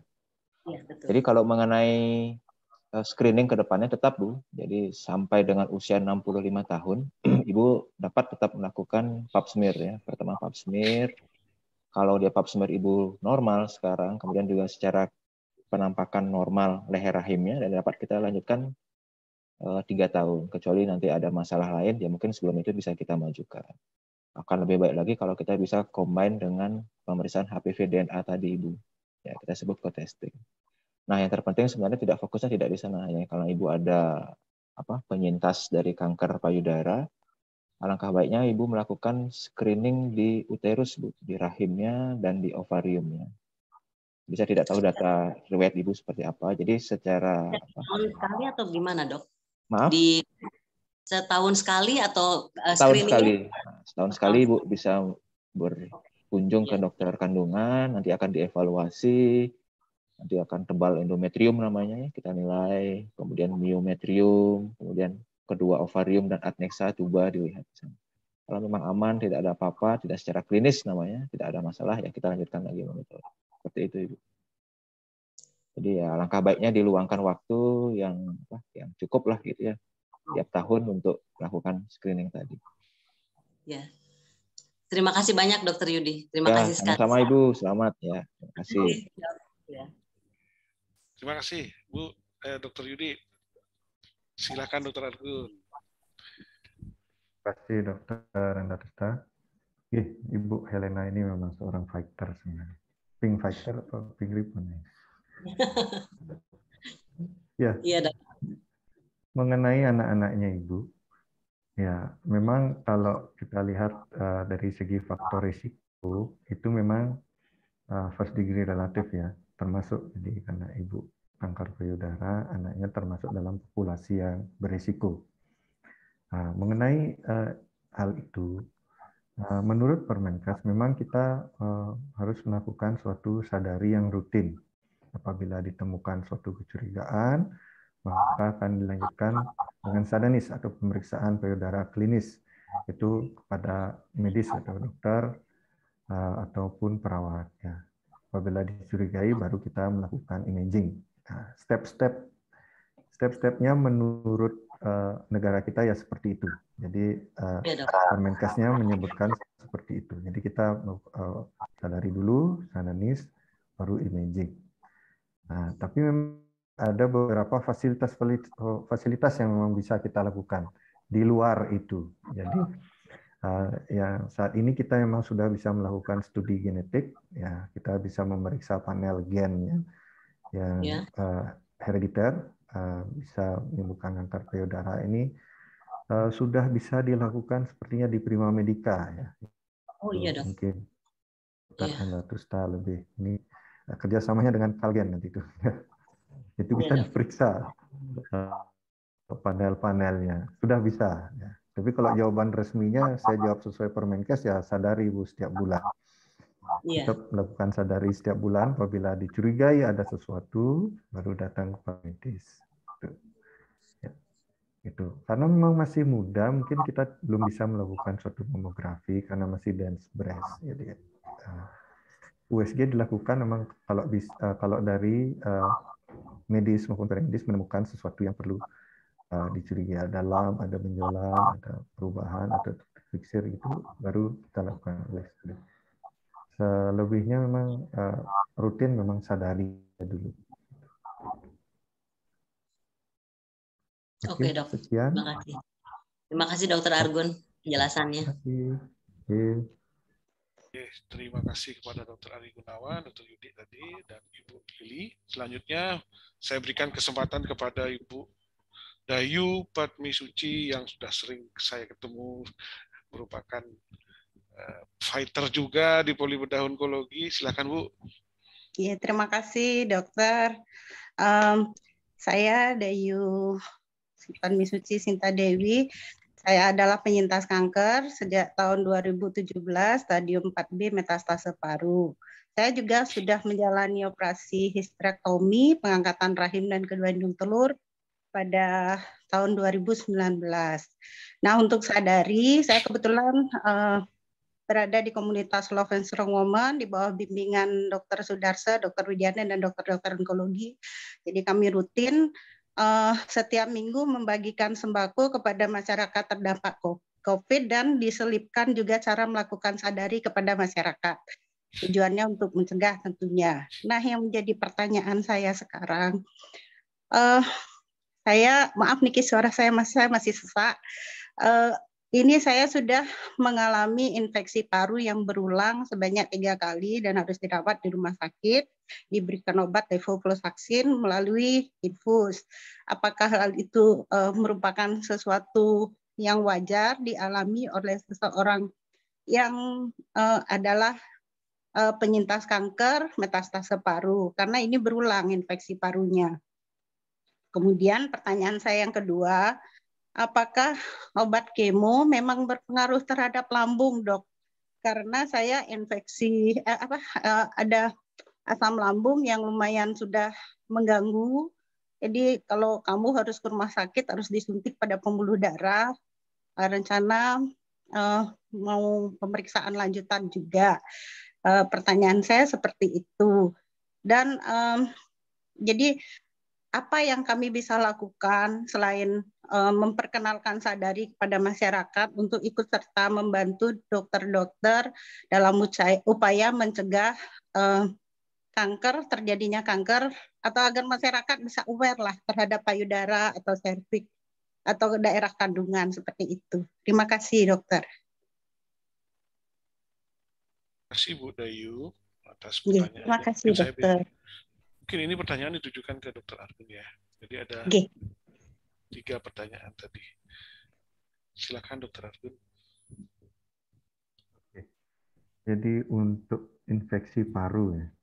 Jadi mungkin Dr. Jasmine mungkin bisa membantu lebih lanjut nanti. Ya, jadi pada kanker payudara yang sudah metastasis ke paru, memang sel-sel parenkim parunya itu kan memang sudah mengalami perubahan ya Bu ya. Mengalami perubahan menjadi sel-sel kanker di mana parenkim parunya tidak bisa melakukan fisiologi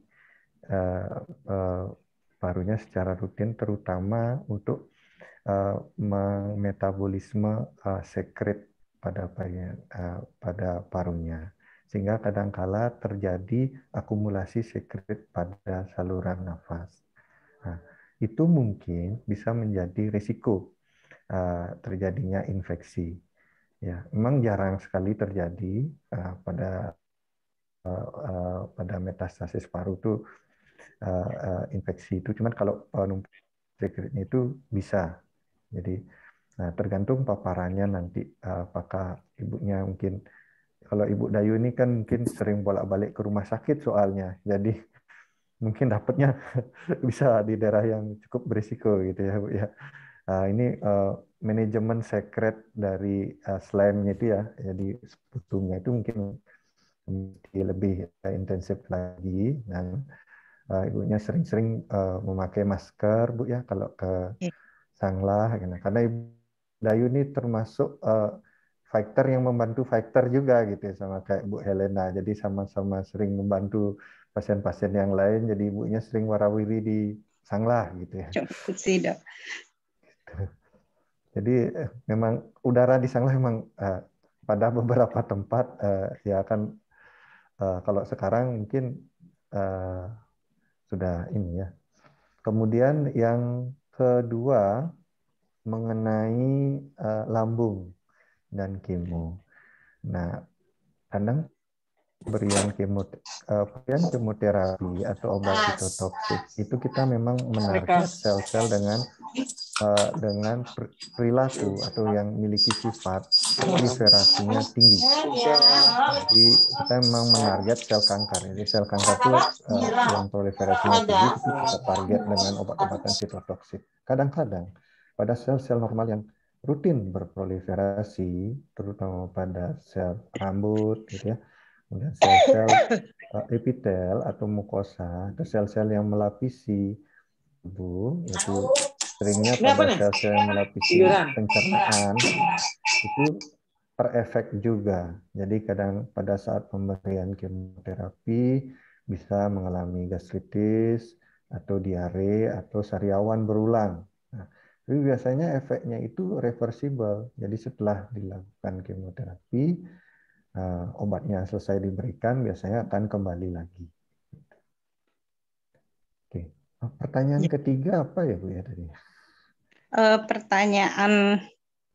Pertanyaan ketiga, kami sudah berusaha ikut memperkenalkan Sadari kepada masyarakat. Kebetulan diberikan pada saat pembagian sembako kepada masyarakat terdampak COVID. Kebetulan dari komunitas ikut bekerja sama membantu masyarakat memberikan sembako. Nah, selain itu apalagi Dok yang bisa kami lakukan agar masyarakat bisa aware? Karena saya lihat orang yang terkena kanker semakin banyak aja Dok. Semakin banyak saja seperti itu.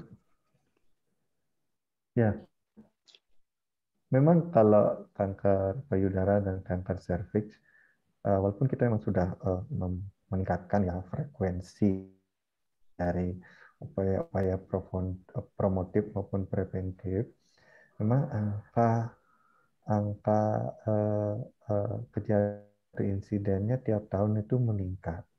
Ya, memang kalau di Indonesia ini memang masalahnya agak kompleks. Ya.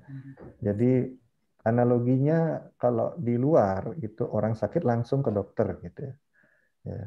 Tapi kalau di Indonesia itu memang agak sulit ya, kita memasukkan pengetahuan mengenai medis saja, tidak hanya cancer saja. Itu memang kita memerlukan suatu usaha yang cukup rutin ya dan intensif sehingga pemahaman mengenai cancer terhadap masyarakat ini akan lebih baik. Ya. Cuma kalau kita sadari sendiri ya, memang nilai-nilai dalam masyarakat kita yang plural ya, itu tidak seperti itu. Kadang-kadang banyak disinformasi yang terjadi di masyarakat, terutama ini pengobatan alternatif atau yang lain-lain dengan penetrasi persuasif yang sangat masif gitu ya, yang itu bisa mengubah bisa juga mengubah pola pikir masyarakat kadang seperti itu ya. Jadi kita harus tetap melakukan upaya-upaya promotif ini ke masyarakat. Maaf Dok, kalau saya lihat di masyarakat, jadi sepanjang diskusi yang saya lakukan, apa yang mereka khawatirkan, kenapa akhirnya ke herbal, mohon maaf ini ke praktisi-praktisi kesehatan yang selain dokter, karena adanya ketakutan, kesalahpahaman tentang kemo. Jadi orang tuh membayangkan kemo itu masuk ruang panas, seram, begitu juga radiasi itu panas, dibakar. Jadi saya harus kadang-kadang harus membuka pakaian sedikit. Jadi inilah saya kebetulan di radiasi. Jadi memperbaiki kesalahpahaman di masyarakat itu dokter. Kalau operasi mungkin masyarakat tidak terlalu takut. Karena saya juga menjelaskan, operasinya begini gitu. Dulu memang bayangkan operasi itu payudaranya dipotong jadi berlubang, enggak. Saya jelaskan. Ya ketakutannya itu aja sehingga mereka lari ke alternatif, tetapi ujung-ujungnya mengabari saya dan minta diantar ke dokter juga seperti itu Dok. Nggih, seperti itu. Jadi terima kasih Bu, itu masukan buat kita para praktisi medis tentang tantangan apa yang ada sebenarnya di masyarakat.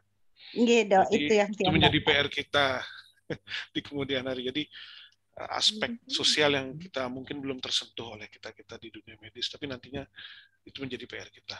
Terima kasih Bu Dayu. Terima kasih dokter. Selamat Hari Kanker Sedunia. Terima kasih dokter.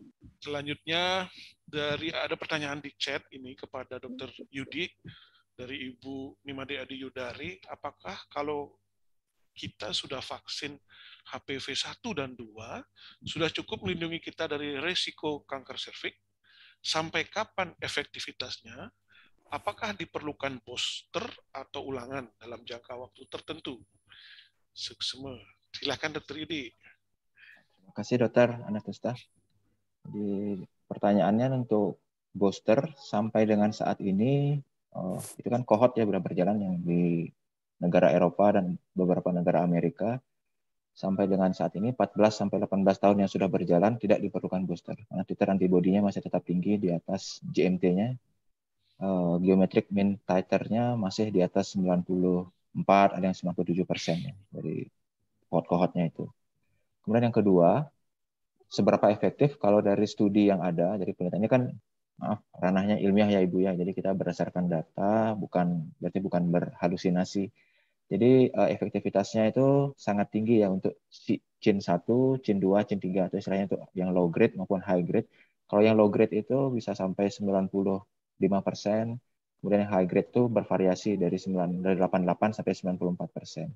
Namun jangan lupa bahwa ini adalah vaksin profilaktik yang mengandung 6, 11, 16, 18 yang beredar di Indonesia. Sedangkan kita tahu penyebab kanker serviks itu HPV high risk, utamanya high risk yang persisten sekali lagi. Jadi kalau dia high risk tapi tubuh mampu mengclearance-nya, ya tidak akan jadi CA invasif. Tapi kalau dia persisten di sana, nah itu yang bahaya.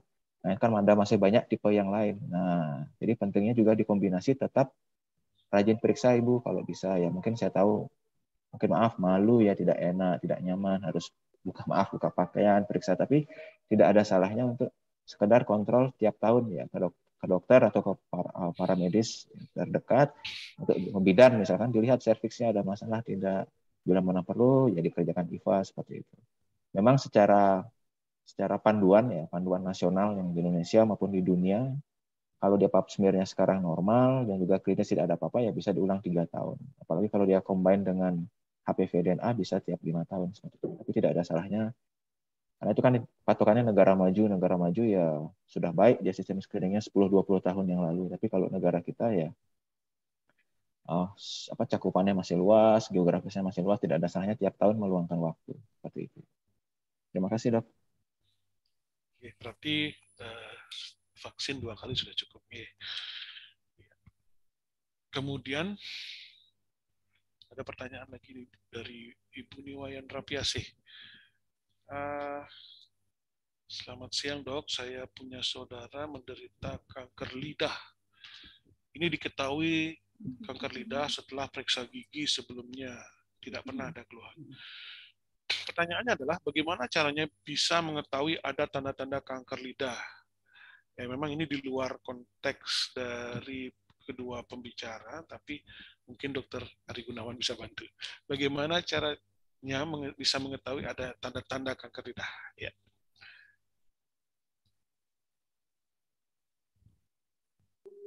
Ya, kanker lidah ini juga memang suatu kanker dengan insiden tinggi di Bali khususnya ya. Jadi memang kalau mengenai tanda atau sign-nya kanker lidah, itu memang pada awalnya memang pasti suatu benjolan awalnya. Jadi 80% itu adalah suatu squamous cell carcinoma, di mana bentuk awalnya itu adalah suatu benjolan dan bisa juga terjadi suatu ulkus. Jadi simple. Jadi pada stadium-stadium awal itu mirip seperti orang sariawan biasanya. Cuman sulit sembuhnya gitu. Sulit sembuhnya, dikasih vitamin 1-2 minggu tidak sembuh gitu. Kadang-kadang seperti itu. Nah, benjolan atau ulkus yang terjadi pada lidah ini juga bisa disertai dengan pembesaran kelenjar getah bening juga pada leher yang sama atau pada sisi yang sama. Jadi misalnya dia di sebelah kiri, benjolan juga ada kelenjar getah bening sebelah kiri. Kemudian umumnya kalau sudah terjadi ulkus ya nyeri. Jadi kalau makan susah biasanya. Jadi seperti hot potato chewing. Jadi makannya seperti makan makanan yang panas. Itu salah satunya. Kemudian faktor risiko terjadinya kanker lidah itu macam-macam. Kalau di Bali biasanya itu pertama higien mulutnya kurang bagus, ada karies gigi yang tidak diobati, ada gigi yang pecah yang sering melukai lidahnya, atau sering nginang atau memakai tembakau atau betel nut atau buahnya itu, terus merokok dan konsumsi alkohol. Itu untuk faktor risiko yang mungkin paling sering. Ya. Kira-kira bisa menjawab? Ya, terima kasih Dr. Agun. Mungkin ya tadi sudah dipaparkan ya. Walaupun kita keluar dari materi ini tapi tidak apa-apa. Nah, selanjutnya mungkin ini yang terakhir. ya, karena kita juga dibatasi oleh waktu, dan saya berikan nih kesempatan terakhir. Tapi di chat ternyata ini ada. Jadi pertanyaannya dari sebentar.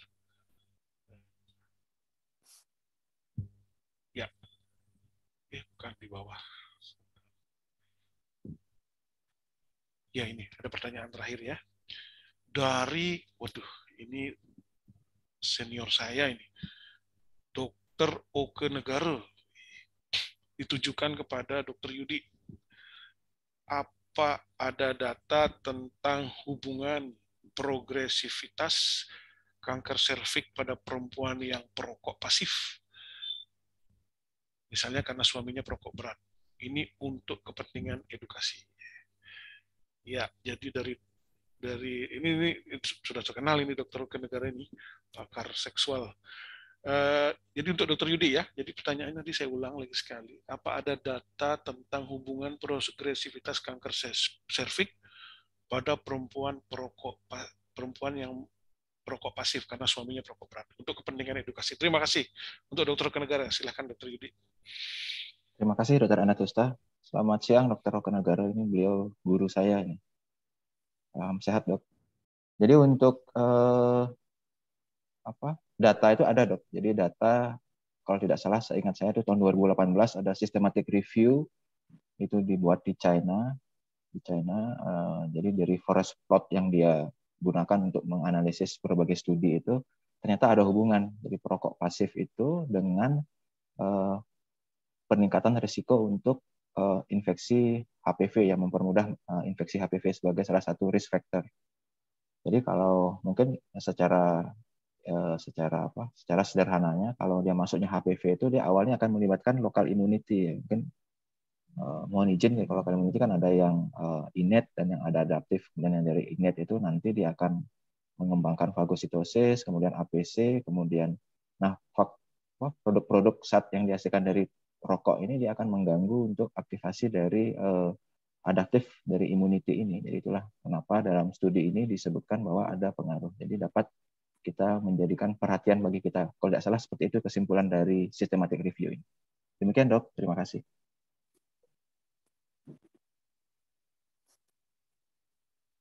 Terima kasih atas jawabannya Dr. Yudi. Waktu telah menunjukkan pukul 12:10. Bagaimana host kita bisa akhiri? Kalau tidak ada yang bertanya lagi. Oh, ada ini satu lagi. Maaf. Dr. Gigi Sirawau. Silakan dok, Dr. Gigi Niluh Dewi Ekayanti, saya lihat raise hand tadi. Silakan dok.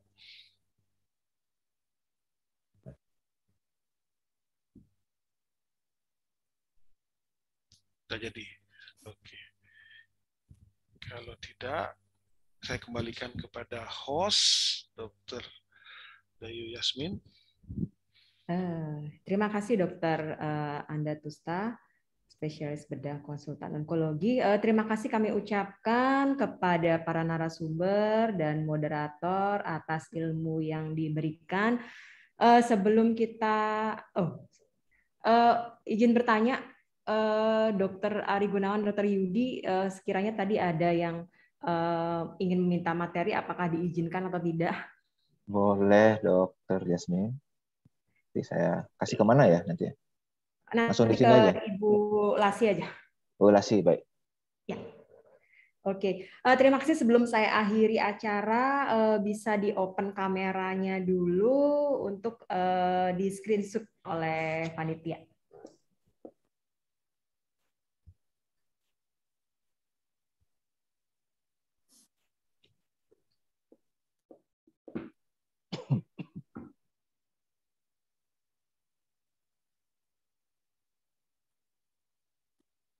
Mohon untuk membuka kamera.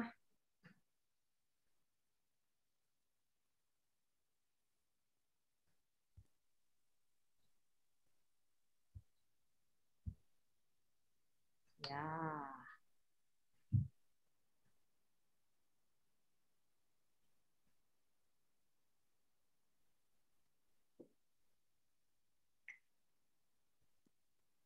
Sudah apa belum Ibu Lasi?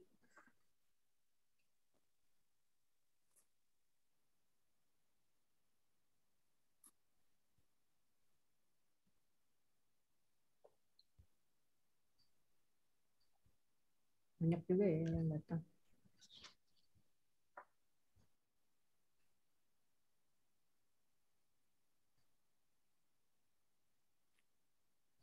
Sudah, Bu?